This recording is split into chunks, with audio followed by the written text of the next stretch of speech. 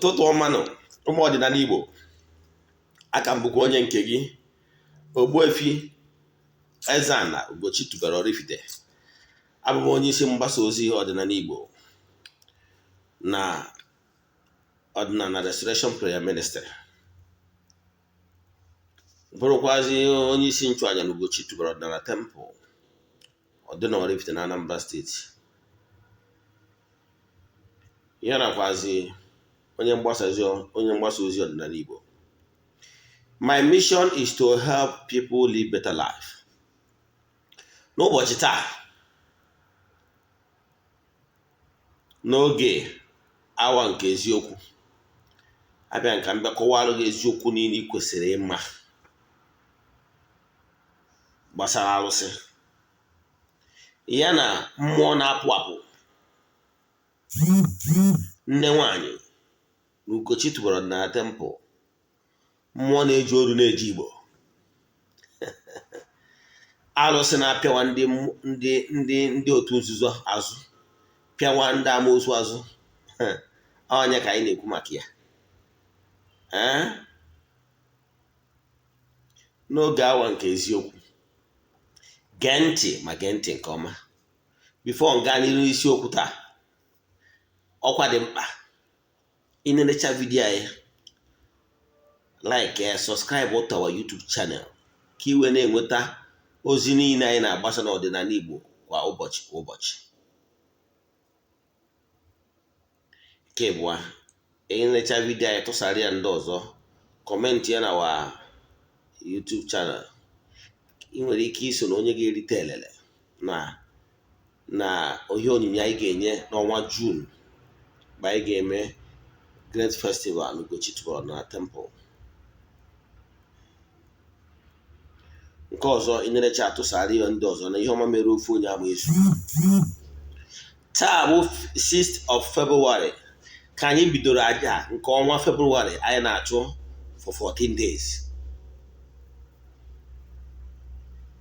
Achụcha aja ndị niile so na aja, ụbọchị anyị achịkọta ya ọnụ, anyị ga-evidokwa ya bụ aja achụrụ na rituals niile anyị mere n'ụbọchị ahụ na ọfọ niile anyị gọrọ n'isi onye ọbụla n'otu n'otu. Sọ ndị anyị ga-esendịrị ya bụ sọ ndị so na aja, dịka isi mara abụrụ m onye na-eshi ihu ọrụ na soshal midia. Ịghọtara ya? So nke ahụ maka ndị sonyere anyị na aja. So ọ bụrụ na ime isi go out n'isonye nke ọnwa, kwadokwazie maka nke ọnwa March, ọ ga-ebidokwa na 6th. Ịghọtara ya? Agụgụ ma ọfọ n'isi ndị my friends, my children all over the world, my partners, friends and well wishers, sị na ọmaka ga-emere ụnụ n'ụbọchị taa. Ofu onye n'ime my children nwere isi awele n'ụbọchị taa, maka na creating time. Mmesi ya na video now, I'm going to an event. Ọ na-emepe office, wee kpọọ m Eze-Ana ya sị nka m bịa goziere ya bụ office. So creating time. Mmesi ya na video, I'm driving there straight. Na adị m eshi okwu iwe ọrụ, so ịnyere anya na ịma afọ m ebe m shi olu ya bụ event na-eje. So ihe ị kwesịrị ịma n'ụbọchị taata bụ gbasalụ ihe anyị ji maka ya bịa. So ọ bụrụ na isonyere na aja, ị ga-enweta ya ime isi ahụ, chere maka nke ọzọ na-abịa n'ọnwa na-abịa. A sị m na akakaka anyị amaghị na jijiji anyị amaghị. Onye lụta ihe ọjọọ ga-eme anyị ya ma onwe ya. Onye fụrụ anyị lụta nwa ya nwụrụ anwụ, a sị m na onye ahụ anwụzi na ọzọ anwụzi na ma onye nwe onye ya anwụ. Onye si anyị nwụọ onye anwụọ ka anyị ji akwụ ya. Osisi fụrụ anyị na-atụ ufere, a sị na ufere ya amapụ ya ọnụ. Onye sịrị ihe anyị ji wee nọrọ, anyị nọgbuo onye a na ndụ. Onye si ihe anyị ji wee dịrị, anyị dịgbuo onye a na ndụ. A sị m ihe ọma dị n'elu ya dara anyị n'ala ọdịnala ya pụrụ anyị obe ka ụwa were anya ha fụ. A sị m na anyị ga-adị ka abụ ana na-anọ n'ọnụ ihe o yiri ya bịa na anyị ga-adịkwazi ka ichoku na-anọ n'ụlọ ogbenye ya na-azụ n'ahịa. Ụmụ ọdịnala Igbo a sị na ọmaka ga-emere anyị ndị ji ezi obi wee nata n'ọdịnala. Ise n'isiokwu nke ụbọchị taa bụ ihe ị kwesịrị ịma, gụcha ntị ma gụcha ntị nke ọma, maka na onye amara ebe o si nye ozu ọchọ ịbụ osi ebe o si n'okwu bido. Gịnị bụ alụsị? Alụsị bụ abrivation, mkpọrọ isi ewu alụkwụsị.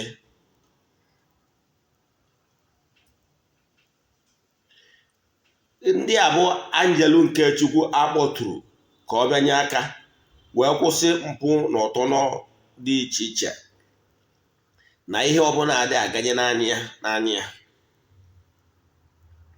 Ọ dị n'obodo dị iche iche n'ala Igbo.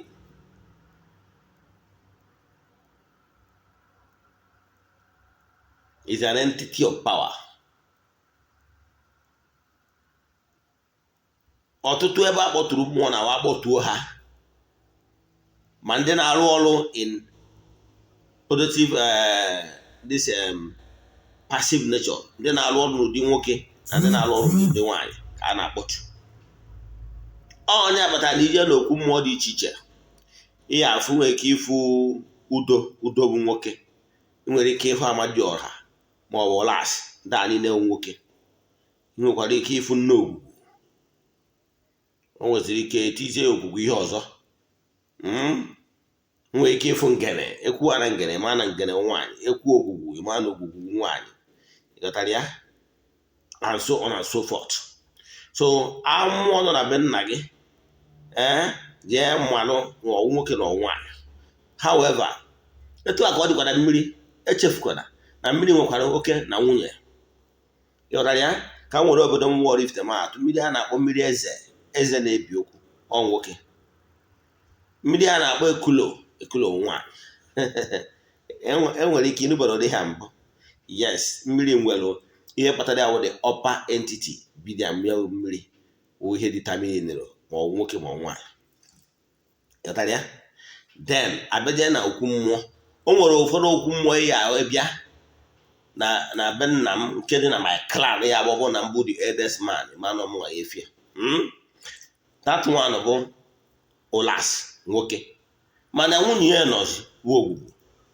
O nwekwara udo, nwee okwu anị, nwee mmiri, nwee so many things, nwee akpụ, nwee ngwu, nwee so many things. Maka na eji na bụrụ ọbụrụ nkukuru ya. Etu a ka ọ dịkwa alụsị dị iche iche. Ụfọdụ alụsị nwekwara ike nwoke ya nọrọ ebe nwunye ya nọrọ the other side. So etu a ka alụsị nọ n'Ugochi tubelu na temple si wee nọ. Anyị nwere ha oke na nwunye. Anyị nwere otu ịgba nwoke, nwee ijele bụ nwaanyị. Alụsị na-eweta ego, na-eweta ihe akụ na ihe nwe. Ọtara ya. Anyị gwaziri okuku awele, then nwee oke awele. Ndị a niile wụ mmụọ ka ha bụ, mana ọrụ ha bụ iweta ihe akụ na ihe nwe. Ọtara ya. Then mana anyị nweziri alụsị eze alụsị Igbo. Ọgaragidi ogbu onye mgbe ndị na-atụ ya ụtọ. Alụsị na-eji Igbo na-eji oru na-apịawa ndị amoosu azụ, na-awa ejide ndị society ọ na-aha n'iyi. Mmụọ na-apụ apụ.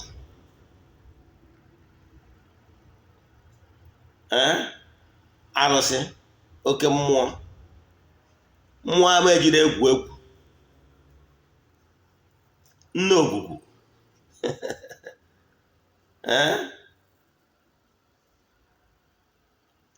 ọ nọkwa ya oke na nwunye.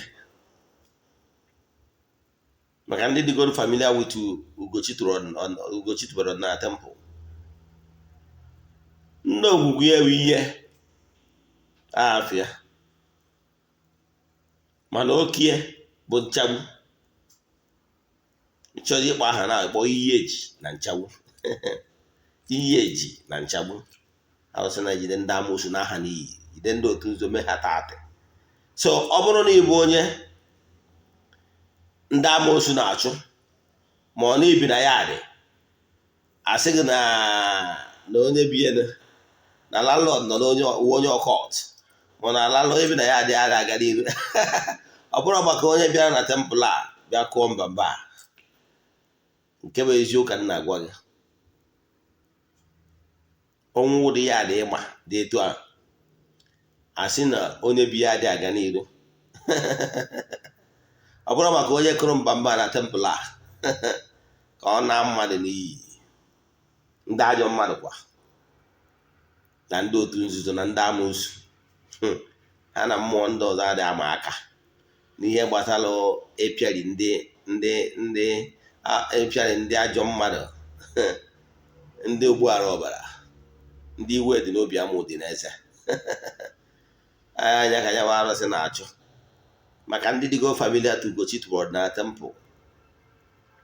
Ịbịa na Ugochi tubelu, inwere na nke ndị dibịa ị ga-ahụ ije fụchasị ebe ekechara ọgwụ amoosu eji achụ ndị amoosu ka amoosu ghara ị na-emebi ihe. Mana ọ bụrụ maka Ugochi tubelu na tempụl, you know why? Ịbịa na Ugochi tubelu na tempụl, ịmara tempụl ka ịbata. Anyị nwere ihe nkechi eji achụ ndị amoosu na ya, you know why? Gbasara bụ karịa na arụsị Igbo gburugburu na ya.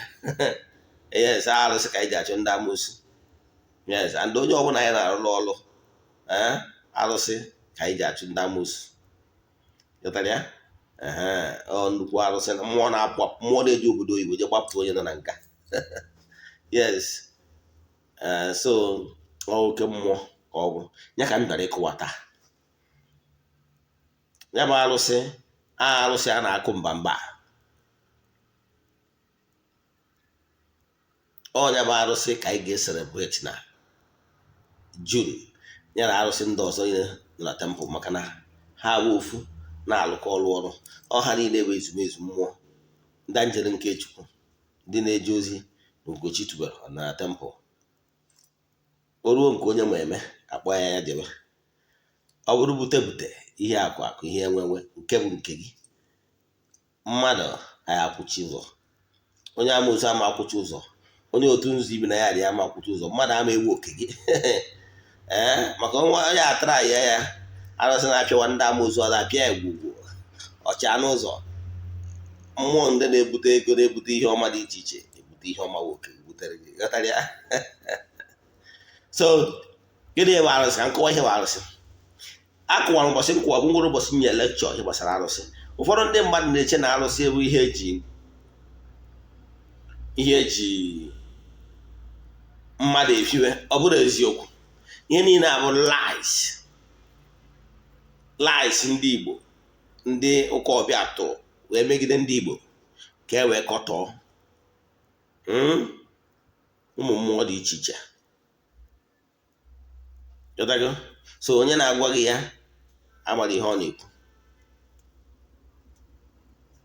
Ọ ya batara ụfọdụ ndị ọcha bịa buru, ndị anyarị bịa buru some of the artifacts enwere belong to okwu mmụọ dị iche iche n'ala Igbo wee n'obodo oyibo. Ha na-egburi mmadụ. Mana na for the fact that artifact belong to that deity is likely to follow the artifact.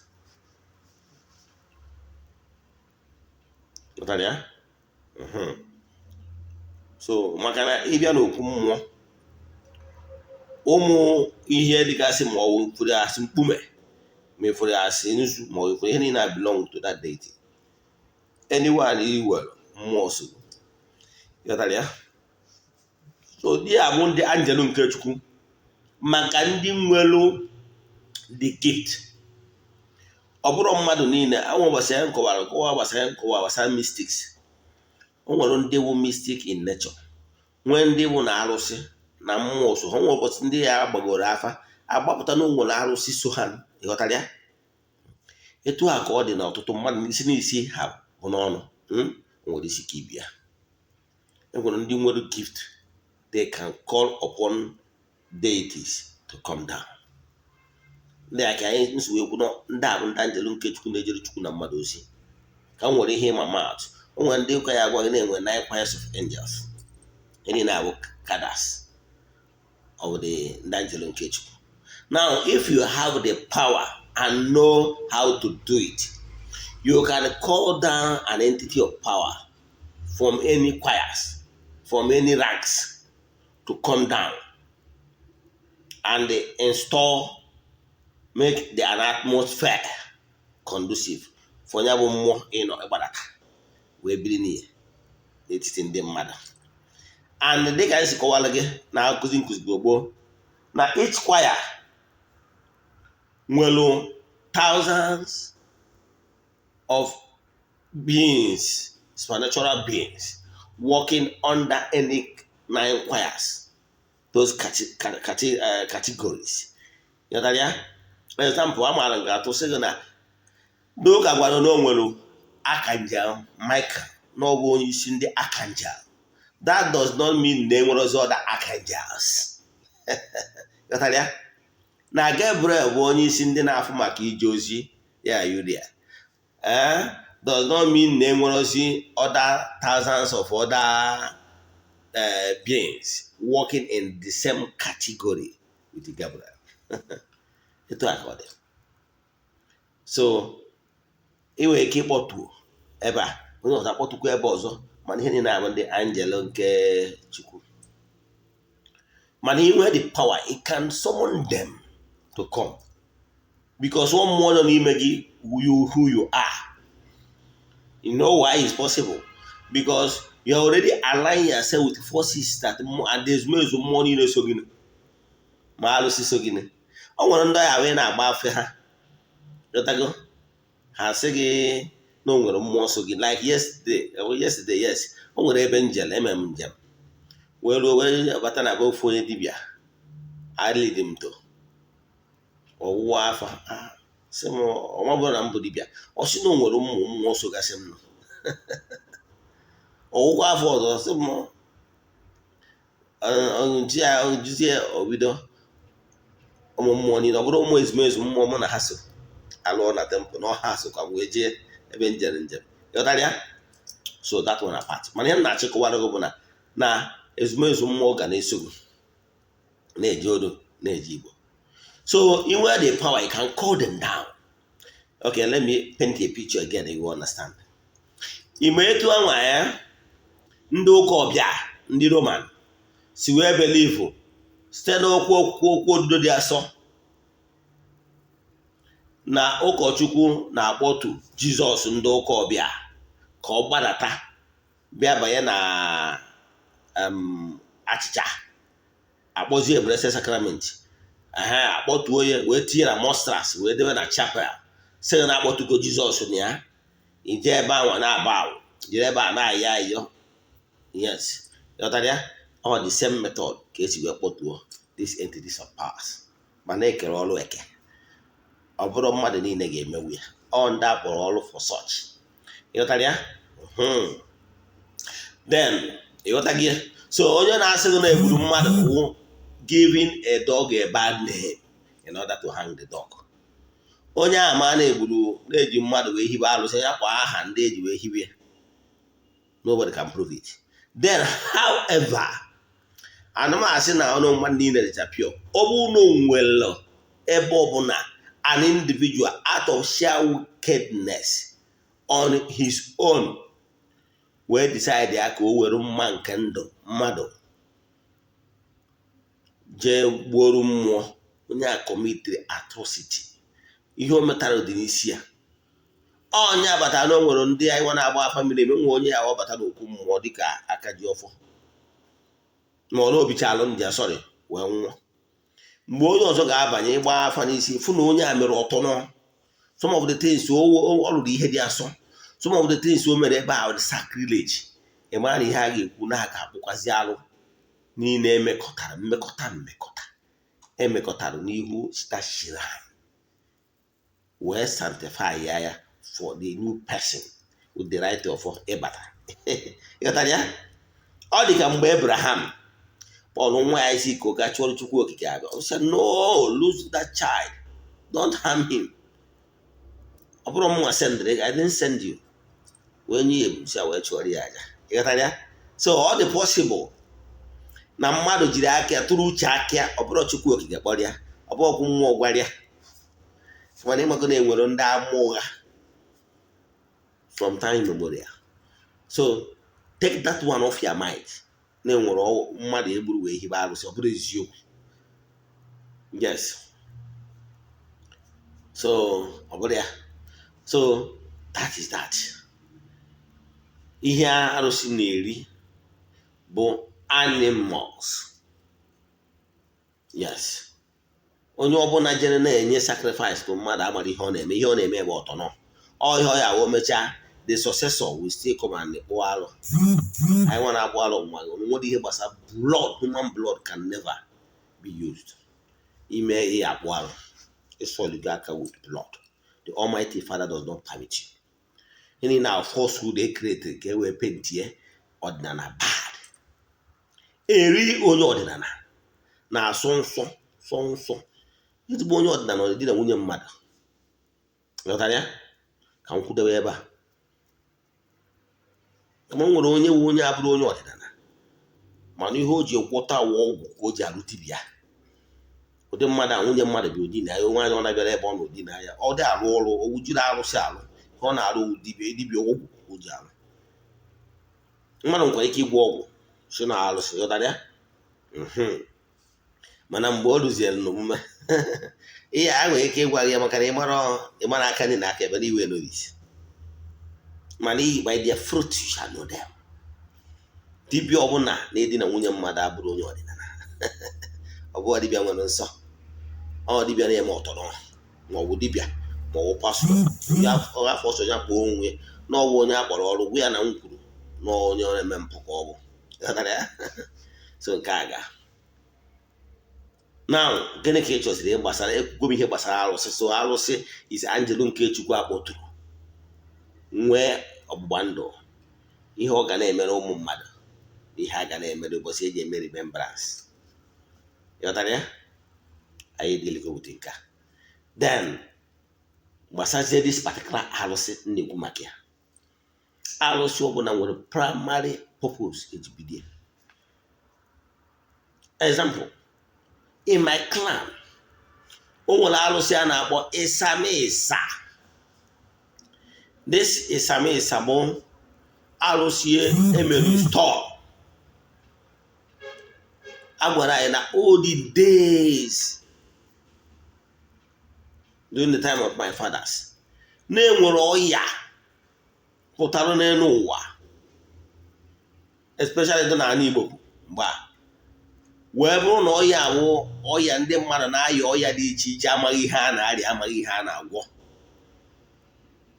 Ndị okenye n'oge a wee jee wee mee install a deity called Isamisa.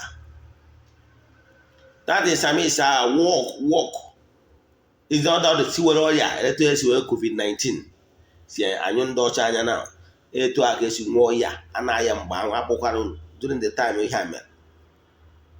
O wee bụrụ na ịzachi ahịa abịa na-ana ndị mmadụ n'iyi, ndị nna nna ha wee je kpọtụ onye ahụ Isamisa ka ọ bụrụ mmụọ ga-abịa jee mmụọ ya abịanụ wee je na mmụọ ya ọbịa na-anya aka na-agwọ ndị mmadụ ọrịa dị iche iche. Mmụọ ga na-agwọ ndị mmadụ ọrịa dị iche iche. Ihe ndị mmadụ na-eme before ndị mmadụ eje ebe ha na-eje, ha eje kene ya bụ Isamisa, yọọ ya for protection. Ịghọtara ya? Ọ bụrụ ọrịa. Ọ bụrụ ọrịa. Then ọ dị udokwala wee ruo mgbe ya bụ ọrịa kwụsịrị. O wee nachigakwazi azụ. Now, in our present community now, Isamisa is no more. Ọ dịrọzie. Mana oge ọ dị, ọ bụ alụ ndị oge ahụ uru maka ọya dị oge ahụ. If na enwere purpose why Isamisa was installed. Ịghọtara ya? Ebe a na-amada atụ Isamisa a na-ekwu maka ya dị then was like na Anam. Ịghọtara ya? Man is no more there now. So etu anwa ka ọ dị. so mana o nwere ụdị deity ndị ehibere fụọ kpụtọrọgbụ maka nchekwa maka ndụ ndị mmadụ. O nwere ndị na-enye nwa example ọdụ ọmụmụ akwa ụfọdụ na-akpọ ya akwari ọmụmụ, ụmụaka ọmụmụ na ngwuru dị iche iche. Ịghọtara ya? Etu a ka esi nwekwa ụmụ mmụọ dị iche iche maka ihe dị iche iche. Enwere ndị ụmụaka ego, nwee ndị ụmụaka protection, nwee ndị ụmụaka amamihe, and so many and so forth. Kama what you don't know, you don't know it. Nwee ndị wụ for justice, ikpe nkwụmọtọ. You cannot lie in front of the deity. Then you pay for it. Ịghọtara ya? So nke ọ na ihe dị ngwa ndị ehibere maka ịchụ ndị amoosu ejiri ọgwụ abịa n'ihu ya. Once you come with charm n'ihu ya, o mebie data ọgwụ. Mmụọ na mmadụ ọ na-ama aka. Ịmara na arụsị karịrị ọgwụ. Ịmara onye na-agwara ọgwụ na-asị ihe na ohere. Mmụọ arụsị karịrị ọgwụ. Onye arụsị kpara aka isi na ọ ga-eje gwọwa ọgwụ nwoke ị na-egbu oge. Na mmụọ na mmadụ adịghị ama aka. Because na mmụọ bụ ihe emere store from the spiritual lady, mana ọgwụ bụ ihe si from the creation of man. So adịghị ama aka, no comparison. Now ya bụ arụsị na-ekwu maka ya bụ arụsị a na-akụ mbamba n'Ugochi tụwara na temple. Ihe ọ pụtara bụ na ị nwere ike ịbịa n'Ugochi tụwara na temple bịa kụọ mbamba. Mmadụ a na-achụ ọchụchụ, a na-achọ ịnara gị oke gị. Ọ bụ ana, ọ bụ onye gị na-emere biznes, dị sure 100% ihe gị na onye akwụ n'ụtụtụ kwuru n'ehihie kwuru n'abalị, mana ọ na-achọzi ịgba gị ọkịka ka ọ nara gị oke gị. A sị gị ebezina. Ma ọ na-ibi na landlord ya dị landlord na-akwụ ụgwọ ụlọ, mana ọ na-emezi aka gbaji aka na onye na-alụ ka elefant na-eri ka ọkụkọ. A sị gị ebezina. Mmadụ na-achọ ịnara gị ala obi gị na vileji maka na o nwere ego, chọọ ka gị na-ejebe kọt. A sị gị ebezina. Mmadụ na-agwọrọ gị ọgwụ, a sị gị ebezina. Na ngwurube nna gị na-enyere ọgwụ, a sị gị ebezina. O nwere ụzọ ọnwụ na mmadụ si ma ọra mmadụ bịa anya esisi na ọnwụ na-egburu gị na ya eme gị maka onye ya ibezina. Bịa n'Ugochi tụrụ na temple ka ị bịa kụọ mmụọ mbamba ka ị were anya gị na-awụ afọ. Mana aka gị ga-adịkwa ọcha. Aka gị ga-adịkwa ọcha. Ọ bụrụ ga a na imewuro nwoke na imewuro nwaanyị, mmadụ na-achọ ka ọ nara gị oke gị maka na ọ karịrị gị ma ọ na ọ ka gbute ike. Ibezina, wipe out your tears. Maka na ike batara. Gatara ya?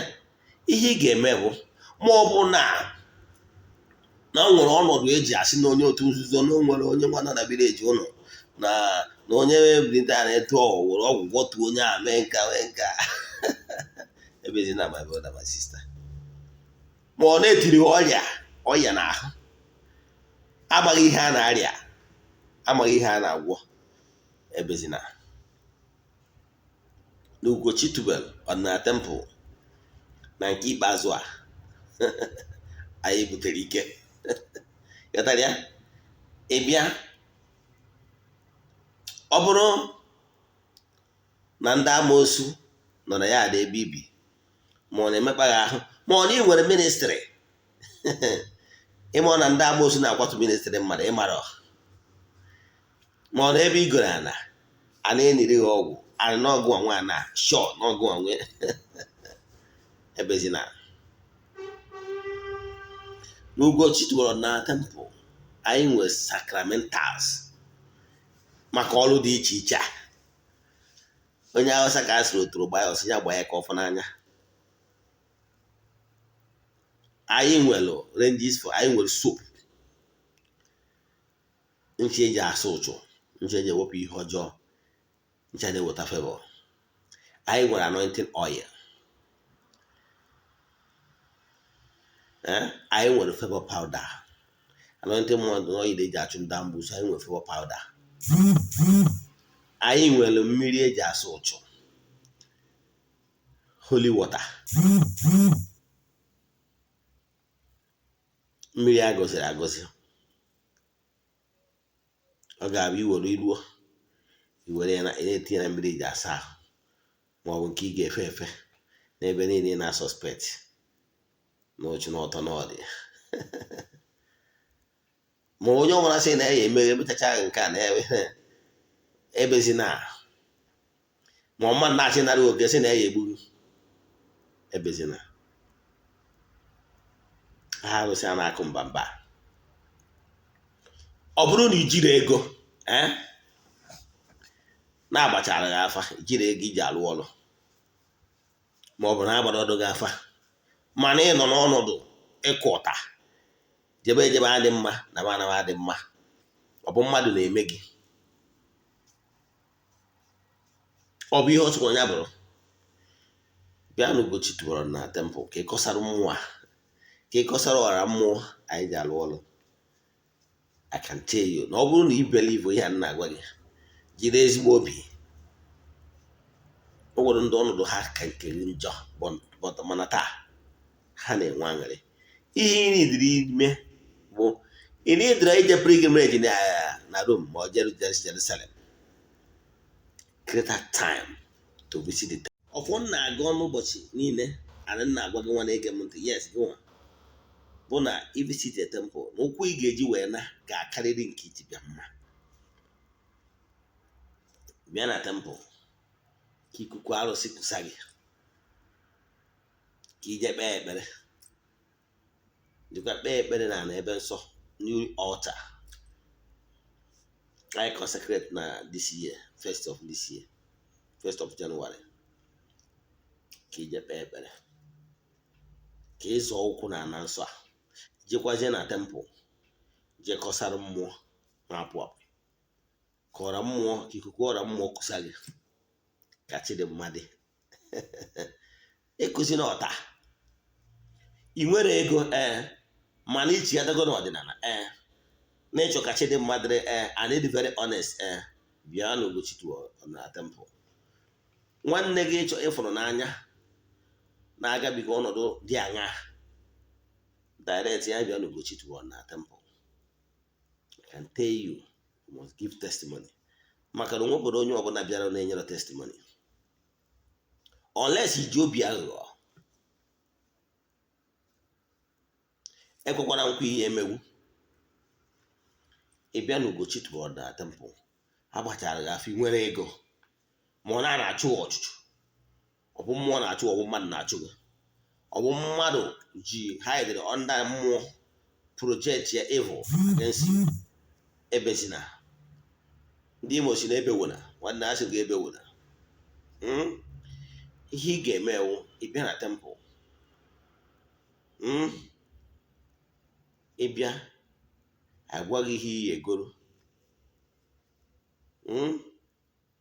nkwa ị nwere ego ị ga-eji gota wa ọkụkọ, gota mba ji nọ, gota ọjị, gota nkwụ ọkụ na ụmụ mmanya nothing. Ị nwere nsogbu.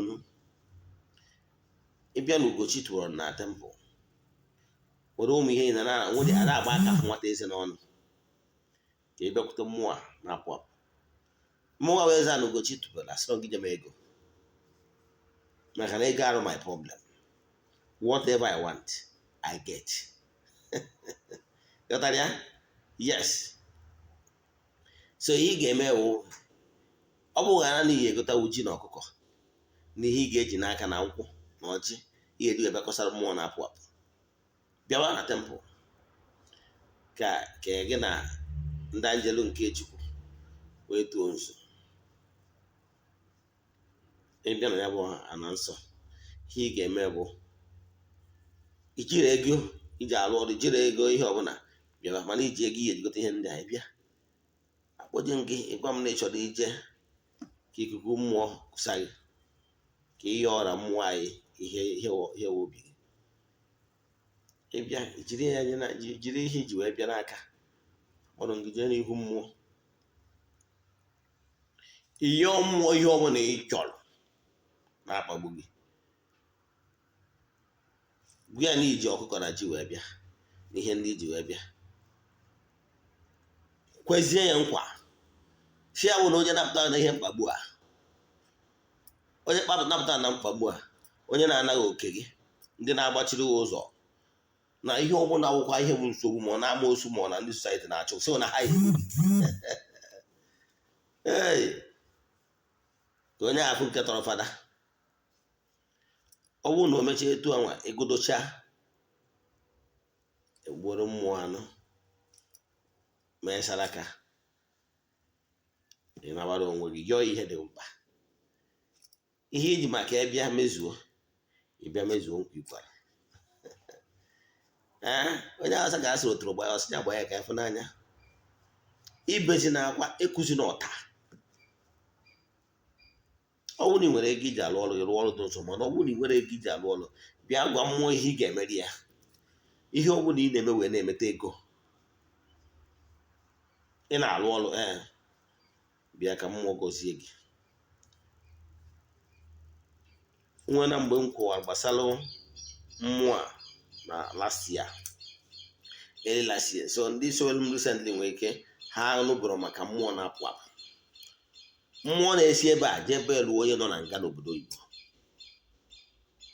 ịghọtara ya ihe dị mkpa bụ sincerity ebekwara ndị bụ na ọya na ofeke ochefu dibịa gwọrọ ya ndị okwu ọzọ eme ọzọ mana ọ were dị very honest ya wet si abond and iji ezi obi chigata na ọdịnala bịa na Ugochi tụrụ ọdịnala temple aga m enyere ya aka ọ bụrụ tọpik a ka m chọrọ ịkụzikwu today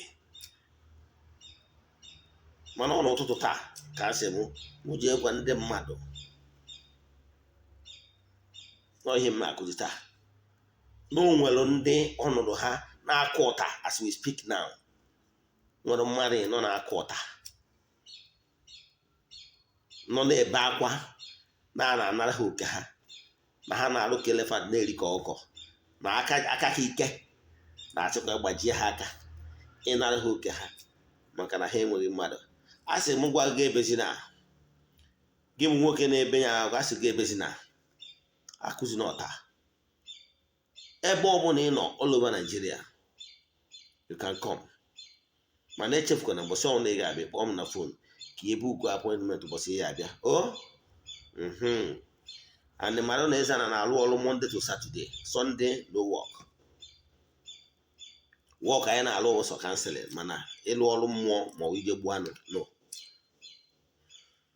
ịghọtara ya ọ ihe anyị kwuru alụchazi ọrụ echefukwana na alụcha ọrụ chidi mmadụ ime appreciation so kpọọ m na fon gwa m na ị na-abịa maka ihe dị etu a ka enwe ike buku nke ga adịghị bịa edi standard. However, ọ bụrụ na ịbịazikwa ọ bụrụ na na told button we have hotels around you can hang which is not expensive odoton ga-arụ ọrụ ọhị kwesịrị ịma gbasara Ugochi tụọ na temple ịnụ ozi a tụsara ya ndị ọzọ nwere ndị na-abịanụ ọwụ na ha ga-eyuzu ihe nsọ dị iche iche ọgwa ndị chọrọ ka ị gbalụ awa holy water wee nawa ịbịawa ịgota gallon preferable white gallon ịgota white gallon ihe eji wee gbara nya bụ mmiri ịghọtara ya ka bụ ihe nkwere ma akụwala gị ihe ọbụla na mmadụ na-achụ ọchụchị na ya egbu ka nkọrọ ofe akọ mere na my first encounter with this mmụọ na-apụ apụ odozie mgbe m bidoro ọrụ nwee sị na mụ na mmụọ ya nọ na temple ọ bụrụ nya wụ the protector of the temple maka na ekere ọrụ eke ụmụ mmụọ ndị ọzọ nke ọ na nwere ihe ọ na-alụ mana nke a mmụọ anyị ji achụ amoosu ndị otu nzuzo ndị iwe dị n'obi ama Udineze gịwa na-enwe ministri yes iche na mmadụ niile ka ọ na-atọ ụtọ na ministri gị na mmadụ na-abịa iche na mmadụ niile ịmara na ọ bụrụ na ị protektịrị onwe gị onye alachara ọnụ ogoro alacharịa ihe emeri sọntịrị abụ atụ ndị amoosu mana ọ bụrụ ije kewa ọgwụ nda ikebe ya ekewa ọgwụ abụrụ cannot go for a very long time mana alụsị kwudoro gị onye ọbụla ọsọ oke na ọsọ ngwere n'ọsọ yes Ugochi tụọ na temple onye ka anyị ji protect the temple ya ka anyị ji protect kwa ndị niile ndị kwenyere ịghọtara ya mmụọ akwụdoro mmụọ na-eso gị ọtụsa ndị ekwuru na anya ukwu ndị iwe dị n'obi ama Udineze ka m gwa gị ihe mere years back with my encounter with this mmụọ na-apụ apụ o nwere mgbe mụ na mmadụ nwere nsogbu akọbugo m aka before ndị na-eso my message mgbe a na-akpọ nka m bịa rụọ ọrụ njụ na mama alụ na-agba ọsọ maka amụ na ezinụlọ na-eje ụka rum nkwechiriche na ọhịa ya kapịa na ụka ndị mụ na ha so wee mgbe ebidozie kụwa m tiwe m ntị aka I was doing very well in Abuja. Yes, I'm into it. I'm the owner of Double Success Computers. Yes, we are doing well. I normally import goods from China like computer peripherals, accessories, name them charger, mouse, and rest of them. Yes, I import them from China. Then for laptops, used laptop, I normally get them from US, from recycling companies. Most of them are tested working laptops. I will bring them in.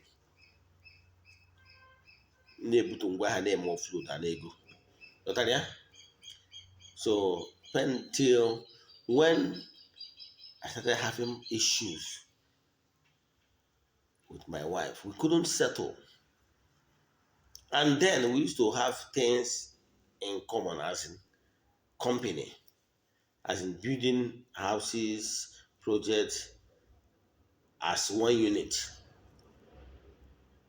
Any project I'm doing, she would like to maybe put few amount of money so that we cannot jointly. But I couldn't see name time or get rule and no problem.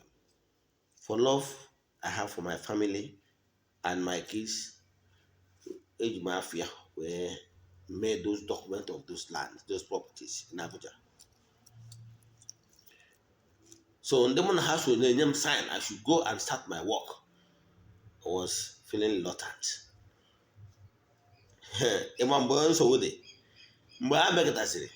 I can't just say what happened. My wife, yeah, she was my wife then, but now we are no longer together. You know what she did? I don't know exactly what happened. We have issues which our family members wanted to help us to solve the problem. She was like, she's not interested in any kind of settlement. That you want to take the house I built in Abuja, even the tenant house,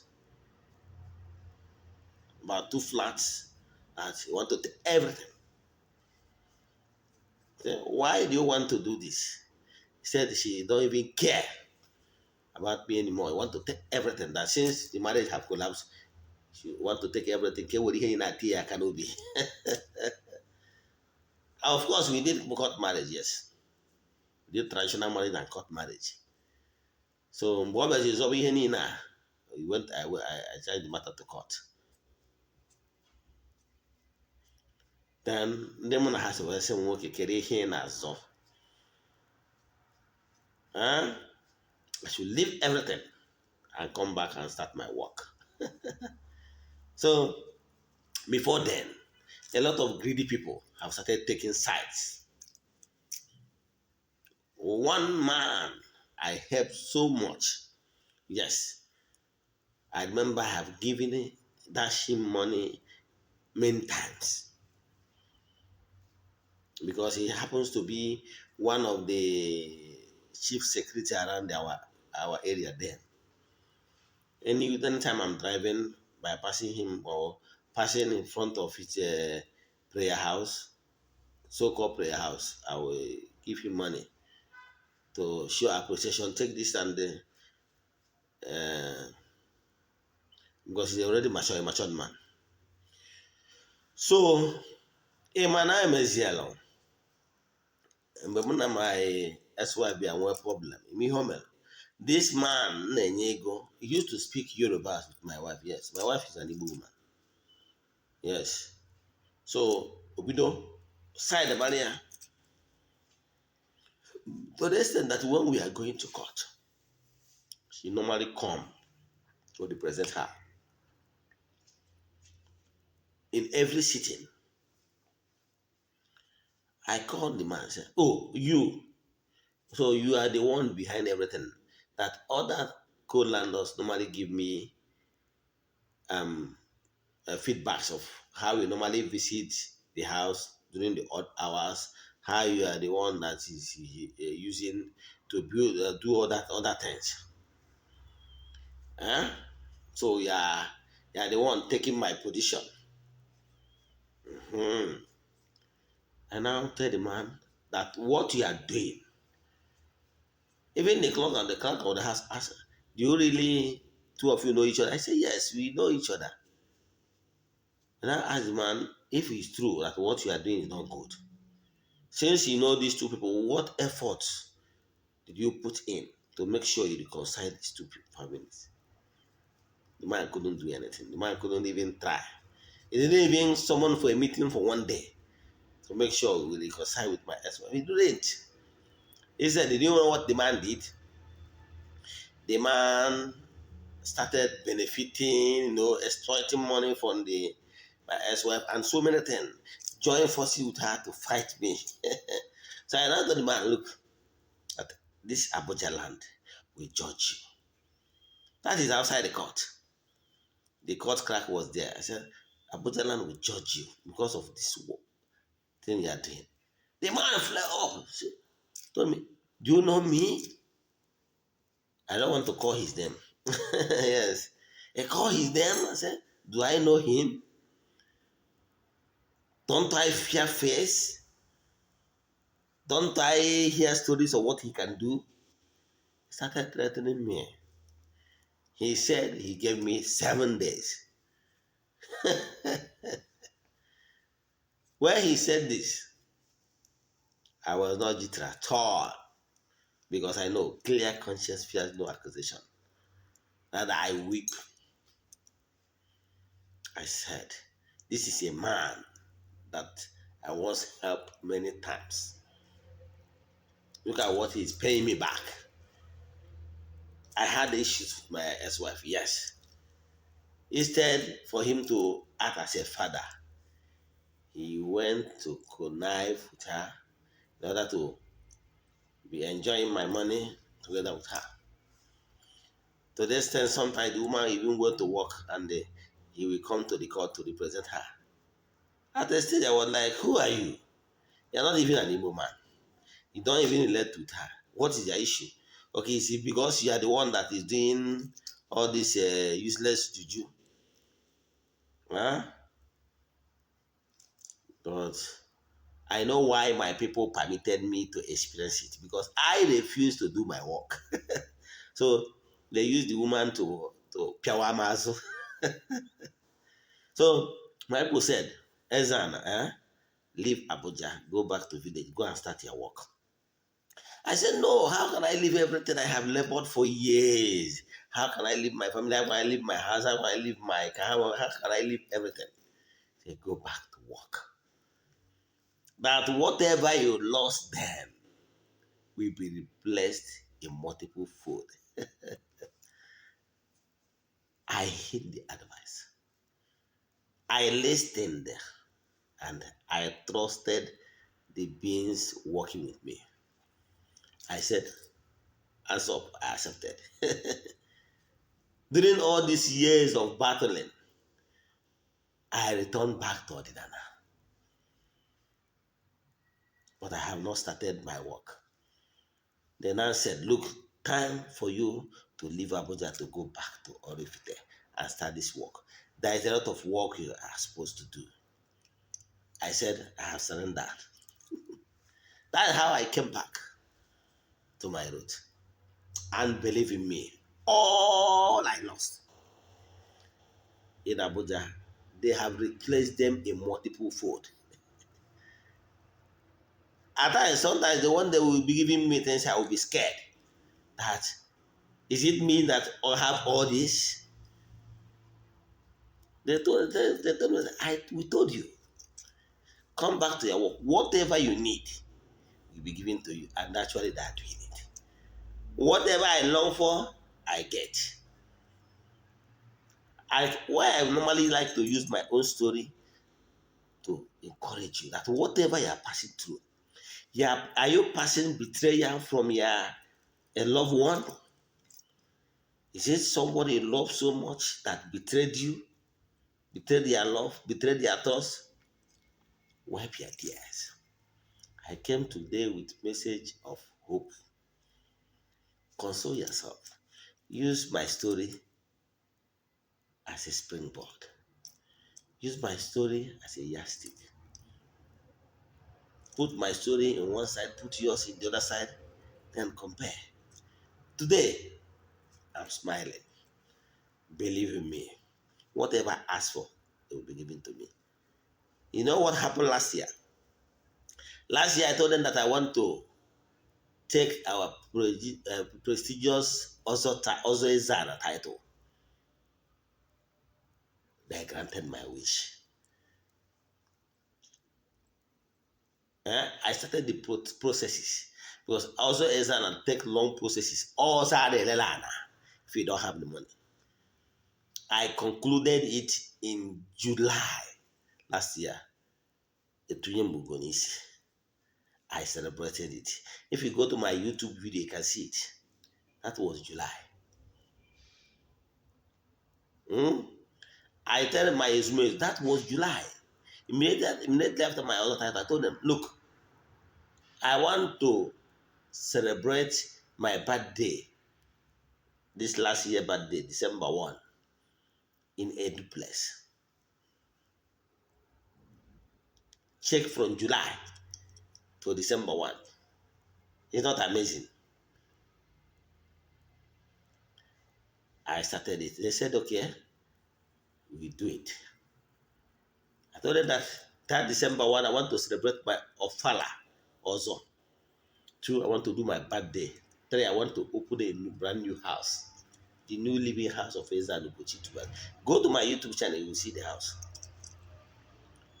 Believe in me, Hashem request granted, admitted. The money has to be too powerful. By July, a layer foundation. Believe in me, on the Togo. I gave them a room in my house. They had all about day and night, every day. Chief for the Igbo wall. Under 3 months plus, less than 4 months, the house was completed. By November, I'll see go the house. Na-echesi ka the date. December 1. Let's go. Go to my YouTube channel, you will see it. It's not amazing. Whatever I ask, I get. This year, I've told them what I want. Yes. This year, what I want. And I will get. I want to hear it. You want to hear it? Yes. What I told them this year is what I will still show you in few months to come. I asked them for 2 things this year, and I know my estimates will still do it. Henry, my own amount of email. I'm gonna have one that I need an SUV. It's not the one I will use my money to buy. It's the one someone will bring. You will still be here and see it happen. Yes. It's not the one I use my own. The one I use my money to buy, I can see that shit out. Yes, but this one, talking of, is somebody that will bring it. Yes.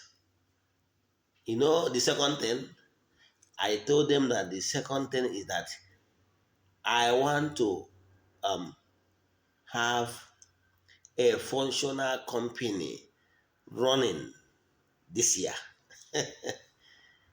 You will still see it. You see it. Just space of January and now, why we have already acquired a land, lots of land. We are seeing on the clearing stage. And I can tell you, by the power of Almighty Father and my Ismail, I'm sure by March this year, next month, I give you the Bawa and Igbo. If you understand what that means. Ndị mụ na ha sị ada atụ orura. One they say they do, talk and do. So if you believe and come back to Odinana wholeheartedly, I can assure you, whatever you lost will be restored in multiple fold. Ya gazie, n'ezi ndị a m kwuru okwu a akụzinọta, clear message that came. Believe and stand. Na ọ ga-agaziri gị. Ọ bụkwa nne n'obodo oyibo mana ị nọ na-akụ ọta, mana ị chọrọ ka ịyọ mmụọ a na-apụ apụ ayịyọ n'ihu temple, then you let me know. From 15th of this February, yes, on the phone. I will put your calling on speak out. Book an appointment with me. I'll be in the temple. Then use your voice. Gwa mmụọ na-apụ apụ ihe chọrọ ka ime. Where's going to hassle? Ihe chọrọ, ihe bụ mkpa gị, your high. Believe in me. They will hear and they come to your help. Aka m bụkwa onye nke gị Ogbuefi EZE-ANA Ugochi tubelu oraifite. Inwe ajụjụ na ihe a nkụzi taa, maọbụ ihe nkụzi gị gboo, maọbụ ihe ọbụla na-agbagwoju anya n'ọdịnala Igbo, send their message 08057837672. Ogbuefi EZE-ANA Ugochi tubelu. Paham. Magazine. Let me finish the story. Ịma mgbe a data onye ofe mmanụ a na-achọ m ọtụtụ, wee sị na-enye m 7 days, wee natawa n'ụlọ, wee jekwu mmụọ nkụrụ mbamba, wee sị ya ịnọkwu ya ome, onye ahụ ya na-ama m aka n'iru, wee sị na ọ ya egbuchie na enye m 7 days. Si ndị mụ na ha so na ọkwa ya ụnụ maka ọ na-enye 7 days. Ịma na anọ na nya ka mụ na ekwuchara ihe nnatazie n'ụlọ be nna bịa bido ọrụ m. About 2 months nji wee bido ọrụ. Fonu m ring, ọ bụrụ onye na Abuja. Ọ sị m ma maka ihe na-eme na ọ sị m na celebration dị n'ogbe. Na ndị mmadụ na-ebupụta mmanya na-aṅụ, sị ya gịnị na-eme. Ọ sị na ya nwoke ahụ na-ama m aka sị na enyere m 7 days. Na ọkwa ya bụ onye bunara akwụkwọ. N'ọnya bunara akwụkwọ. Onye a na-agwa gị bụ onye one of the landlords mụ na ya bakọrọ moto sịrị m na ya nụkwa na mụ na nwoke a na-enwe nsogbu na o nyere m 7 days. Mụ gbawakwa mmanụ nwere onye mara ya aka n'ihu ya na ya nwere nsogbu na one of the landlords na-asọvive ya, si ya na ihe m na-ekwu ụgwọ ka eji ọfọ anụ na-eji m ya ogwu chiere ya ọfọ. Onye m na-adachi ego na ọgụm ya egbu m, kama ọgụm ya egbu m bụ onye m mere. Ihe nyi wee kwube ihe a bụ ka ịghọta ọgụ eji ọfọ anụ. Imejọ na nwoke intentional, imejọ na nwaanyị intentionally. Onye ọbụla asị ka o humiliate gị, kọsalụ mmụọ, I don't believe na ịkwụ ọgwụ. Imere m nta, imere m imo, mgbaje nkọsara mmụọ si mmụọ nekwa ihe onye dị etu akwụ na ọ ga-eme, o nwere ọkwa ihe mmeri ya jee n'ọrụ m ọgụ mmụọ apụ ọgụ agazie n'ọfọ.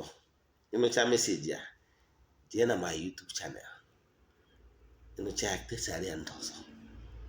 Ihe ọma mere ofu oge amaezu. Echefukwana my number WhatsApp, send their message, drop a voice message, drop a text message on my WhatsApp. Mgbe ọ na mbata online, I will respond. 08057837672. Ogbuefi EZE-ANA Ugochi tubelu.